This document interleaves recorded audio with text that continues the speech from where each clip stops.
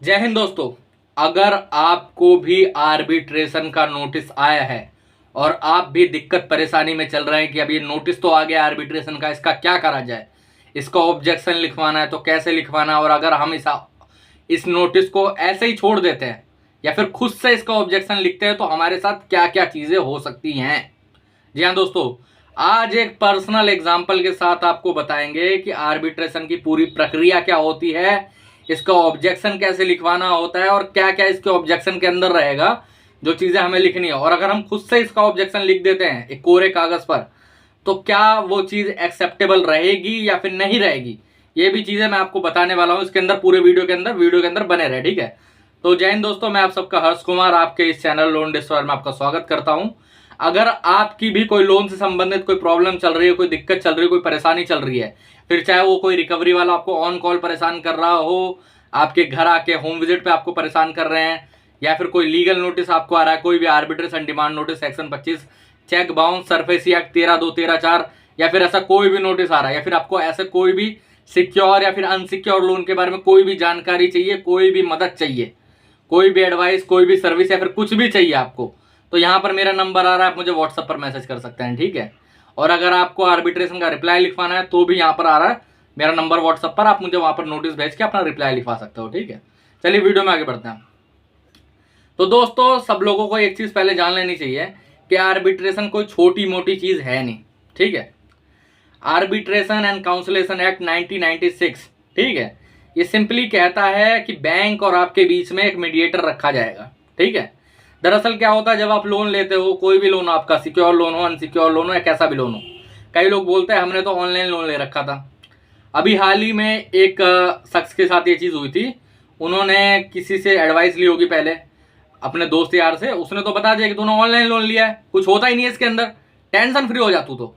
तो उनको 2 4 5 आर्बिट्रेशन के नोटिस आए, उन्होंने कोई जवाब नहीं दिया उसका, उसको इग्नोर करा, एंड में उनका आर्बिट्रेशन का अवार्ड पास हो गया। ठीक है, जब उनका आर्बिट्रेशन का अवार्ड पास हुआ तो उनकी किस्मत अच्छी थी कि उनके दिमाग में अचानक से घंटी बज गई कि भाई साहब, ये मैंने कहीं पर सुना था कि अवार्ड पास होने के बाद नीलामी होती है, कुछ होता है, मूवेबल एसेट होते हैं वो अटैच हो जाते हैं। तो उन्होंने फिर हमसे कांटेक्ट करा व्हाट्सएप पर और फिर हमने उस आर्बिट्रेशन के अवार्ड को चैलेंज करा और वो कैंसिल हो गया। ठीक है, वो अब कैंसिल हो गया है, वो अवार्ड किसी तरीके से मान्य नहीं माना गया। ठीक है, क्योंकि आर्बिट्रेशन एंड काउंसलेशन एक्ट में सीधे सीधे लिखा हुआ है सेक्शन 34 के अंदर, ठीक है, 34 के अंदर, कि जो आर्बिट्रेशन और काउंसलेशन एक्ट है, जो आर्बिट्रेशन या फिर काउंसलेशन रखी जाएगी वो दोनों पक्ष की सहमति से ही रखी जाएगी। उसके अलावा वो आर्बिट्रेशन की काउंसलिंग नहीं रखी जा सकती है, कुछ भी हो जाए चाहे, तो दोनों पक्ष की सहमति होनी चाहिए। अब होता क्या है, ये जो आर्बिट्रेटर है, सोल आर्बिट्रेटर, ठीक है, बैंक उसको सैलरी दे रही है, बैंक या फिर एनबीएफसी जहां से भी आपने लोन ले रखा है वो उसको सैलरी दे रही है। वो कभी भी आपके पक्ष में तो बोलेगा ही नहीं, ना आपके पक्ष में फैसला लेगा। तो दरअसल वो क्या करते हैं, जब आप नोटिस भेजते हो ना और आप नोटिस का कोई जवाब नहीं देते हो, कोई ऑब्जेक्शन नहीं देते हो, तो वो सिंपली क्या करते हैं, उसको मान लेते हैं कि आपकी रजामंदी मान लेते हैं। वो एक लाइन ऐड कर देंगे कि आपने कोई नोटिस का जवाब नहीं दिया जिसकी वजह से हम इसे आपकी रजामंदी मान रहे हैं, आपकी एक्सेप्टेंस मान रहे हैं इसे।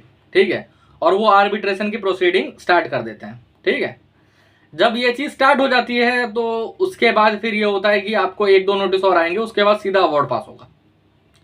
मान लेते हैं पहला नोटिस आपने इग्नोर करा, 1 नोटिस और आएगा, उसके बाद 1 नोटिस और आएगा, 3 नोटिस आएंगे, उसके बाद सीधा आपका अवार्ड पास हो जाएगा। अब कई लोग बोलते हैं कि सर ये कब अवार्ड पास होगा और कितना टाइम उसमें लगेगा। तो मेरे भाइयों, आपके लोन डिफॉल्ट होने के 1 महीने बाद से ही हो सकता है, क्योंकि ये कोई क्रिमिनल केस तो है नहीं जो 94 डेज के बाद ही रजिस्टर होगा, उससे पहले भी हो सकता है। ठीक है, और उनके ऊपर है कि वो 10 दिन में रखें, 1 महीने में रखें प्रोसीडिंग। ज्यादातर ये होता है कि आज पहली मीटिंग थी, कल 10 दिन बाद रख दी, फिर उसके बाद 10 दिन बाद 1 महीने के अंदर अवार्ड पास कर दिया। ये चीजें होती हैं। तो अब इसका बचाव कैसे करें, इसका बचाव कैसे करें, तो सिंपली चीज है, हमें इसका ऑब्जेक्शन लिखना है, हमें इसका ऑब्जेक्शन लिखना है। आप चाहें तो अपने आर्बिट्रेशन का ऑब्जेक्शन हमसे लिखवा सकते हैं, यहाँ पर नंबर आ रहा है, व्हाट्सएप पर मैसेज करें, अपने आर्बिट्रेशन का नोटिस भेजें, हम आपको सेम डे आपका आर्बिट्रेशन का ऑब्जेक्शन लिखवा के दे देंगे। आपको उससे बस मेल करना है, स्पीड पोस्ट करवाना है, बस उसके बाद फिर टेंशन फ्री हो जाए आप। उसके बाद आपको कुछ नहीं करना। कुछ कुछ नोटिस तो ऐसे होता है जिनको आपको स्पीड पोस्ट भी नहीं करना पड़ेगा, सिर्फ मेल करना है। ठीक है, मैं आपको बता देता हूँ। तो अब एक हमारे क्लाइंट थे पंजाब से, ठीक है, उन्होंने क्या करा, उनको आर्बिट्रेशन का नोटिस आया। पहले वो हमारे क्लाइंट नहीं थे जुड़ने से पहले, ठीक है, उनको आर्बिट्रेशन का नोटिस आया। उन्होंने कहीं सुना हुआ था, वीडियोस में देखा हुआ था कि आप ऑब्जेक्शन खुद भी लिख सकते हो। तो उन्होंने क्या करा, एक कॉपी के पेज पे 2-4 पेजों पे ऑब्जेक्शन लिख दिया कि ये डेटा मैं नहीं आ पाऊंगा, मेरी ये चीज़ है। तो मेरे भाइयों, ऐसे ऑब्जेक्शन नहीं लिखा जाता, सीधी बात है, ऐसे ऑब्जेक्शन नहीं लिखा जाता। एक लीगल प्रॉपर ड्राफ्ट रहता है, उसके अंदर आपको सेक्शन मेंशन करने पड़ेंगे कि ये सेक्शन है, इस सेक्शन के तहत मैं आर्बिट्रेशन के अंदर नहीं आ सकता, आपने जो ये प्रोसीडिंग कर रहे हो वो इस सेक्शन के अंदर इनवैलिड है, ये जो सेकंड सेक्शन है इसके अंदर मुझे हक दिए गए हैं प्रॉपरली कि मैं इसको चैलेंज कर सकूं, ये जो सेक्शन है ये फलान ढिमकान, ऐसे कर करके कम से कम नहीं तो आपको 10 से 11 पैराग्राफ, जब हम लोग लिखते हैं तो 11 पैराग्राफ लिखते हैं कम से कम, समझ रहे हो। एक क्लाइंट के लिए मिनिमम जो लिखे जाते हैं वो 11 पैराग्राफ लिखे जाते हैं। लिखने को क्या है, आप 1-2-4 भी लिख दो, लेकिन वो एक पूरा लीगल फॉर्मेट में रहना चाहिए। तो उन्होंने क्या करा, उन्होंने लिख के भेज दिया। अब वो उसके बाद टेंशन फ्री हो गया। तो कंपनी जो थी, जो आर्बिट्रेटर था, उसमें एक भी सेक्शन मेंशन नहीं था, सही तरीके से ड्राफ्ट नहीं हुआ था, कुछ नहीं हुआ था, यहाँ पर नाम वाम मेंशन कर दिया था, सारी चीजें गलत कर दी थी, ठीक है। तो उसको आर्बिट्रेटर ने रिजेक्ट कर दिया, उसके बाद भी अवार्ड पास कर दिया। अब जब अवार्ड पास हुआ फिर वो हमारे पास दौड़ के आए कि सर ये क्या करना है, अब मेरे तो समझ में नहीं आ रहा, मैंने तो लिखा भी था, उन्होंने मुझे दिखाया भी, मैंने उनको समझाया कि इस तरीके से ये चीज़ें नहीं होती है।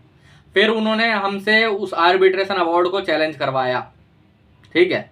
आर्बिट्रेशन का अगर अवार्ड भी आपको आ चुका है तो आपको टेंशन लेने की जरूरत नहीं है, आप उसको भी चैलेंज कर सकते हो। लेकिन हाँ, आर्बिट्रेशन का अवार्ड आ चुका है, नोटिस आ चुका है और आप उसको नजरअंदाज कर रहे हो, आप उसको छोड़ रहे हो कि भाई छोड़ दे, कुछ नहीं होगा यार, क्या कर लेंगे ज्यादा, तो मेरे भाइयों आप बहुत ज्यादा गलत कर रहे हो, ठीक है। कई ऐसी ऐसी खबरें आई थी कि जिसके अंदर बाइक तक अटैच कर दी जाती है, कार तक अटैच कर दी जाती है, क्योंकि वो एक मूवेबल एसेट है। कईयों के घर के बर्तन तक अटैच कर लिए गए हैं इसके अंदर। तो इसीलिए आर्बिट्रेशन को हल्के में बिल्कुल मत लें, इसका ऑब्जेक्शन तुरंत रूप से लिखवाएं। कैसे लिखवा सकते हो, अगर आपको बाहर कोई एडवोकेट नहीं मिल रहा है, फिर कुछ भी दिक्कत हो रही है, कुछ मत करें बाहर। दरअसल आजकल क्या हो रहा है, एक ऑब्जेक्शन के 25-25, 30-30, 35-35 100 रुपए ले रहे हैं, ठीक है। एक हमारे सब्सक्राइबर थे, वो हमारे पास पहले आए, हमने उनको अपना चार्ज बताया। हमारे जो चार्ज है वो बेयर मिनिमम है, समझ रहे हो। हमारे जो चार्ज है आर्बिट्रेशन के रिप्लाई के लिए वो बेयर मिनिमम, हमसे कम अगर कहीं पर लिख रहा हो कोई आपका ऑब्जेक्शन, ठीक है, तो हम आपके जितने भी नोटिस हैं वो फ्री में लिखवा के दे देंगे। और बताइए, जितने भी नोटिस होंगे वो फ्री में लिखवा देंगे। और बताइए, तो वो फिर किसी और एडवोकेट के पास गए, उन्होंने वहां से लिखा, 2500 रुपये उन पे लिए, और जब 2500 रुपये लिखवाने के बाद भी वो नोटिस जो था, वो उन्होंने क्या हुआ, एक नोटिस कैंसिल हो गया, तो दोबारा नोटिस भेज दिया दूसरा। अब वो उसके पास गया, वो बोल रहा दूसरे के नोटिस के भी पैसे लगेंगे 3500 रुपये, ठीक है। तो फिर वो हमारे पास आए, फिर उन्होंने हम पे लिखवाया नोटिस, और उसके बाद कैंसिल हो गया, फिर टेंशन फ्री हो गए। दरअसल क्या होता है, हर किसी के बस में नहीं होता एक तरीके के नोटिस का रिप्लाई करना। हर कोई वकील एक जैसा नहीं होता ना, हमारे जैसा नहीं है हर कोई, समझ रहे हो, हमारे जैसा नहीं है हर कोई।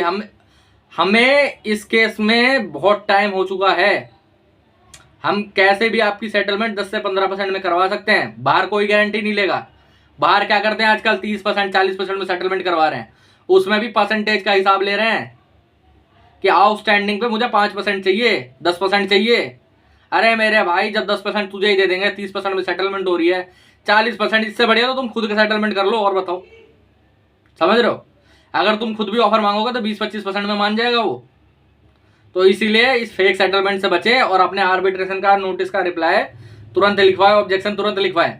और अगर आपके आर्बिट्रेशन का अवार्ड तक पास हो चुका है तो आपको घबराने की जरूरत नहीं, आप हमसे कांटेक्ट करें, यहाँ पर नंबर आ रहा है, हम आपके अवार्ड को चैलेंज करवाएंगे, आपके नोटिस का ऑब्जेक्शन लिखवाएंगे।